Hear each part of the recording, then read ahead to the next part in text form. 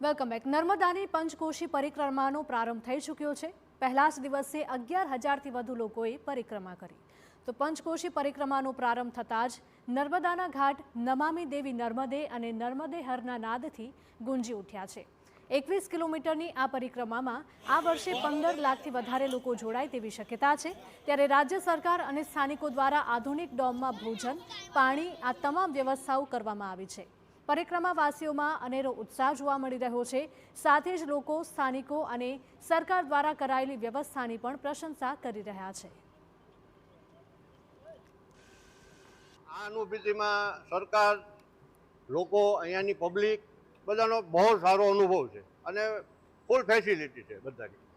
Police તંત્રની વ્યવસ્થા સારી છે, બધા લોકોની વ્યવસ્થા સારી છે, લોકોના આશ્રમની વ્યવસ્થા સારી છે, સરકારની व्यवस्था सारी है। આવી વ્યવસ્થા આ पहली वेली जो है 7 परिक्रमा में। और सभी गुजरात की जो जनता है, जो यहाँ हर यात्रियों के सेवा में सुबह शाम कार्यरत है, रात में कार्यरत है, मैं उनका बहुत बहुत आभारी हूँ। आज यात्रा का पहला ही दिन है, लेकिन लगभग 10 से 12 हजार लोग कल रात से निकल चुके हैं और ये आंकड़ा और भी बढ़ सकता है, ऐसा लगता है, क्योंकि सेवा के हिसाब से यहाँ पे दिन ब दिन और बढ़ोतरी हो सकती है।